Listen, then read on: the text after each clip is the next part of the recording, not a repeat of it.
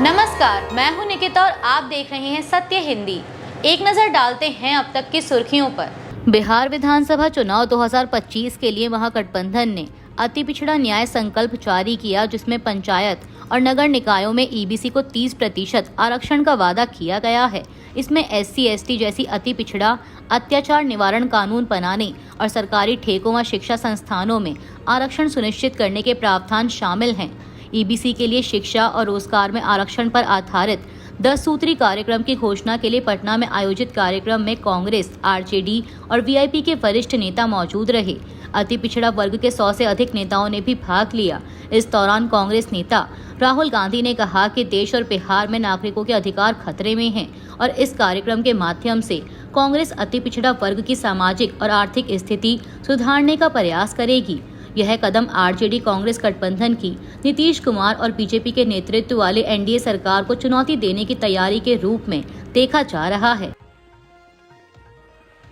कर्नाटक की आलंद विधानसभा सीट पर राहुल गांधी के वोट चोरी के आरोपों के बाद चुनाव आयोग ने वोटर लिस्ट से नाम हटाने की प्रक्रिया में बड़ा बदलाव किया है।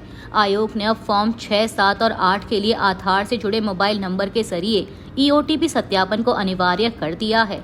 यह कदम मतदाता पहचान के दुरुपयोग और हेरफेर रोकने के लिए उठाया गया। राहुल गांधी ने आरोप लगाया कि आलंद में 6018 मतदाताओं के नाम हटाने की कोशिश की गई, जिसमें विशेष रूप से दलित, ओबीसी और अल्पसंख्यक मतदाता निशाना बने। उन्होंने कहा कि यह एक ऑटोमेटेड सॉफ्टवेयर के जरिए किया गया और कर्नाटक CID द्वारा मांगे गए सबूत चुनाव आयोग ने साझा नहीं किए। राहुल ने इसे लोकतंत्र की हत्या करार दिया और मुख्य चुनाव आयुक्त पर वोट चोरों को संरक्षण देने का आरोप लगाया था। हालांकि चुनाव आयोग ने इन आरोपों को निराधार बताया और कहा था कि कोई भी बिना सत्यापन के नाम नहीं हटा सकता। वहीं अब कांग्रेस का कहना है कि आयोग का नया ई-साइन नियम उनकी शिकायतों के बाद लागू किया गया है, ताकि भविष्य में ऐसे मामले दोबारा ना हो सकें। चुनाव आयोग के फॉर्म 6, 7 और 8 के लिए आधार से जुड़े मोबाइल नंबर के जरिए EOTP सत्यापन को अनिवार्य करने के निर्णय पर कांग्रेस नेता राहुल गांधी ने प्रतिक्रिया दी है। उन्होंने अपने एक्स हैंडल पर इंडियन एक्सप्रेस का एक आर्टिकल शेयर किया, जिसमें लिखा है कि राहुल गांधी के आलंद धोखाधड़ी के आरोप के बाद चुनाव आयोग ने ऑनलाइन वोटर लिस्ट हटाने के लिए आधार से जुड़ा फोन नंबर अनिवार्य किया। इसके पोस्ट के कैप्शन में राहुल गांधी ने लिखा कि ज्ञानेश जी, हमने चोरी पकड़ी तब आपको ताला लगाना याद आया, अब चोरों को भी पकड़ेंगे। तो बताइए CID को सबूत कब दे रहे हैं आप? कांग्रेस नेता राहुल गांधी ने गुजरात मॉडल को लेकर भाजपा सरकार पर निशाना साधते हुए एक्स पर लिखा है कि गुजरात मॉडल स्पष्ट है, दलितों, पिछड़े वर्ग और गरीबों के लिए बुलडोजर, जबकि अडानी के लिए हजारों एकड़ जमीन मुफ्त में या सिर्फ 1 रुपए की। राहुल ने कहा कि गांधीनगर गुजरात के पेथापुर बस्ती में 400 से अधिक परिवारों के घर अवैध बताकर उजाड़ दिए गए, जबकि उनके पास बिजली के बिल, टैक्स रसीदें, राशन कार्ड, आधार कार्ड और मतदाता पहचान पत्र जैसे वैध पहचान और रिकॉर्ड मौजूद थे। उन्होंने कहा कि गुजरात ही नहीं, दिल्ली और देश के अन्य हिस्सों में भी इसी तरह की तोड़फोड़ की घटनाएं लगातार सामने आ रही हैं और कई मामलों में, जैसा कि गांधीनगर में था, लोगों के पास अदालतों द्वारा दिए गए स्टे आदेश भी मौजूद थे। बीजेपी को साफ पता है कि वो असली जनादेश के जरिए सरकार नहीं बना सकते। उनकी सरकार चोरी से और संस्थाओं पर कब्जा कर बनती है, इसीलिए वो गरीबों के अधिकार छीन लेते हैं और देश की संपत्ति को अपने कुछ अरबपति मित्रों को सौंप देते हैं। राहुल गांधी ने कहा कि भारत का लोकतंत्र जनता के अधिकारों के लिए है और उनके लिए ही चलेगा। बीजेपी और उसके मित्रों की देश से चोरी हम नहीं चलने देंगे। AIMIM प्रमुख असदुद्दीन ओवैसी ने कहा है कि उनकी पार्टी के बिहार इकाई के प्रमुख अख्तरुल इमान ने आरजेडी नेता तेजस्वी यादव को एक पत्र लिखा है, जिसमें AIMIM नवंबर के विधानसभा चुनाव में 2043 में से 6 सीटों पर चुनाव लड़ने के लिए तैयार होने की बात कही गई है। ओवैसी ने यह भी कहा कि यह फैसला केवल आरजेडी और अन्य गठबंधन सहयोगियों के हाथ में है और जनता तय करेगी कि कौन भाजपा को रोकना चाहता है। बता दें कि ओवैसी 23 से 27 सितंबर तक सीमांचल में 5 दिवसीय न्याय यात्रा पर हैं और किशनगंज, अररिया, कटिहार और पूर्णिया जिलों में मुस्लिम आबादी वाले क्षेत्रों में 24 से अधिक जनसभाएं करेंगे। उनका फोकस 2020 में AIMIM द्वारा जीती गई 5 सीटों को मजबूत करने पर रहेगा। 2015 में AIMIM ने बिहार की राजनीति में कदम रखा था और 2020 में 5 सीटें जीतकर राजनीतिक नक्शा बदल दिया था। लद्दाख में राज्य के दर्जे और छठे अनुसूची की मांग को लेकर प्रदर्शन बुधवार को हिंसक हो गया। लेह जिले में प्रदर्शनकारियों ने बीजेपी ऑफिस और एक पुलिस वाहन को आग के हवाले कर दिया और पथराव किया।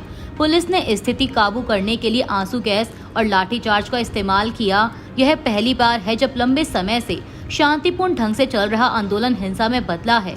लेह एपेक्स बॉडी यानी LAP और कारगिल डेमोक्रेटिक अलायंस यानी KDA इस आंदोलन का नेतृत्व कर रहे हैं। LAP ने साफ किया है कि यह आंदोलन गैर राजनीतिक रहेगा और कांग्रेस पार्टी से जुड़े सदस्यों को इससे अलग होने के लिए कहा गया है। वहीं कारगिल डेमोक्रेटिक अलायंस ने गुरुवार को पूर्ण बंद का आह्वान किया, जिससे क्षेत्र में तनाव और बढ़ सकता है। बता दें कि लद्दाख में यह हिंसा उस समय हुई जब क्षेत्र पहले से ही भूख हड़ताल और शांतिपूर्ण प्रदर्शनों के कारण चर्चा में था। लेह और कारगिल के निवासियों ने एकजुट होकर अपनी मांगों को केंद्र सरकार तक पहुंचाने की कोशिश की है, लेकिन हिंसक झड़पों ने इस आंदोलन को नया मोड़ दे दिया। लद्दाख को पूर्ण राज्य का दर्जा देने और संविधान की 6ठी अनुसूची में शामिल करने के लिए पर्यावरणविद और सामाजिक कार्यकर्ता सोनम वांगचुक बीते 2 हफ्तों से भूख हड़ताल पर थे। उनकी तबीयत बिगड़ने के बाद विरोध तेज हो गया। PTI की एक रिपोर्ट के मुताबिक आंदोलन हिंसक होने के बाद सोनम वांगचुक ने अनशन तोड़ दिया है। उन्होंने इसे लेह के लिए दुखद दिन बताया। वांगचुक ने संदेश दिया है कि आज मेरा शांतिपूर्ण मार्ग का संदेश विफल हो गया। सोनम वांगचुक ने एक्स पर एक वीडियो संदेश जारी कर शांति की अपील की। उन्होंने कहा कि यहाँ कुछ लोग 35 दिन से अनशन कर रहे थे। कल उनमें से 2 लोगों की तबीयत खराब हो गई और उन्हें बहुत गंभीर स्थिति में अस्पताल में भर्ती कराया गया। इससे लोगों में बहुत रोष है और आज पूरे लेह में बंद की घोषणा की गई। इस दौरान हजारों की संख्या में युवा सड़कों पर आ गए। यह एक तरह से ये जेन-ज़ी रेवोल्यूशन था।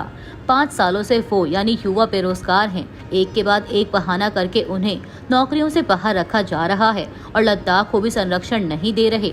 आज यहाँ कोई लोकतांत्रिक मंच नहीं है।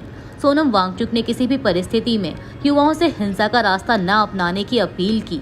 बिहार विधानसभा चुनाव से पहले महागठबंधन में CM चेहरे को लेकर मतभेद उभर आए हैं। RJD नेता तेजस्वी यादव ने कहा है कि बीजेपी के विपरीत विपक्ष एक साफ सुथरी छवि वाले चेहरे के साथ चुनाव लड़ेगा, लेकिन कांग्रेस ने इस पर आपत्ति जताई और कहा कि सही समय पर सभी दल मिलकर फैसला करेंगे। द प्रिंट की एक रिपोर्ट के मुताबिक कांग्रेस नेतृत्व का मानना है कि तेजस्वी को चेहरा घोषित करने से गैर यादव जातियां दूर हो सकती हैं, इसलिए फिलहाल तटस्थ रहना बेहतर है। वहीं बिहार कांग्रेस के पूर्व अध्यक्ष अखिलेश प्रसाद सिंह ने तेजस्वी को ही CM चेहरा मानने की खुली पैरवी की है। CPI-ML लिबरेशन ने भी कहा है कि अभी चुनाव जीतने पर ध्यान देना जरूरी है, लेकिन विपक्ष की सरकार बनी तो तेजस्वी स्वाभाविक दावेदार होंगे। इस बीच सीट बंटवारे पर भी बातचीत तनावपूर्ण चल रही है।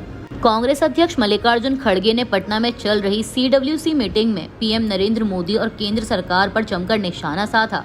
खड़गे ने कहा कि जिन्हें प्रधानमंत्री मेरे मित्र कहकर शेखी बघाड़ते हैं, वही आज भारत को कई मुसीबतों में डाल रहे हैं। मल्लिकार्जुन खड़गे ने कहा कि हम ऐसे समय में बैठक कर रहे हैं जब भारत अंतर्राष्ट्रीय और राष्ट्रीय स्तर पर बेहद चुनौतीपूर्ण दौर से गुजर रहा है। उन्होंने कहा कि अंतर्राष्ट्रीय स्तर पर हमारे समक्ष जो समस्याएं हैं वे प्रधानमंत्री मोदी और उनकी सरकार की कूटनीतिक विफलता का नतीजा हैं। CWC मीटिंग में कांग्रेस अध्यक्ष मल्लिकार्जुन खड़गे ने कहा कि बिहार में NDA की अंदरूनी कलह अब खुलकर सामने आ गई है। बीजेपी नीतीश कुमार को बोझ मान रही है। उन्होंने यह भी कहा कि बिहार के लोग भाजपा का धार्मिक ध्रुवीकरण नहीं चाहते, वे विकास केंद्रित राजनीति चाहते हैं। मल्लिकार्जुन खड़गे ने दावा किया कि 2025 के बिहार विधानसभा चुनाव मोदी सरकार के भ्रष्ट शासन के अंत की शुरुआत होंगे।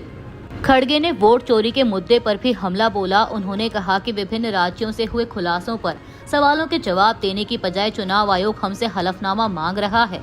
खड़गे ने कहा कि जब मतदाता सूचियों से आधिकारिक रूप से छेड़छाड़ की जा रही है तो जरूरी है कि लोकतंत्र की जननी बिहार में अपनी विस्तारित कार्य समिति की बैठक के माध्यम से देश के लोकतंत्र और संविधान को बचाए रखने की अपनी प्रतिज्ञा को पुनः दोहराया जाए। उन्होंने इस बात पर जोर दिया कि निष्पक्ष और पारदर्शी चुनाव लोकतंत्र का आधार हैं। खड़गे ने दावा किया कि आज चुनाव आयोग की निष्पक्षता और पारदर्शिता पर ही गंभीर सवाल उठ रहे हैं। उन्होंने कहा कि बिहार की ही तर्ज पर अब देश भर में लाखों लोगों के वोट काटने की साजिश रची जा रही है। उत्तर प्रदेश की राजनीति इस समय जाति और सांप्रदायिक दोनों मुद्दों से गरमाई हुई है। योगी सरकार ने जाति आधारित रैलियों, वाहनों पर साइन बोर्ड पर जाति नाम लिखने और पुलिस रिकॉर्ड में जाति का उल्लेख करने पर रोक लगाई है। सरकार का दावा है कि यह कदम जातिवाद खत्म करने के लिए है, लेकिन विपक्ष का आरोप है कि यह बीजेपी की जातिगत राजनीति को बचाने और 2027 चुनाव की तैयारी का हिस्सा है।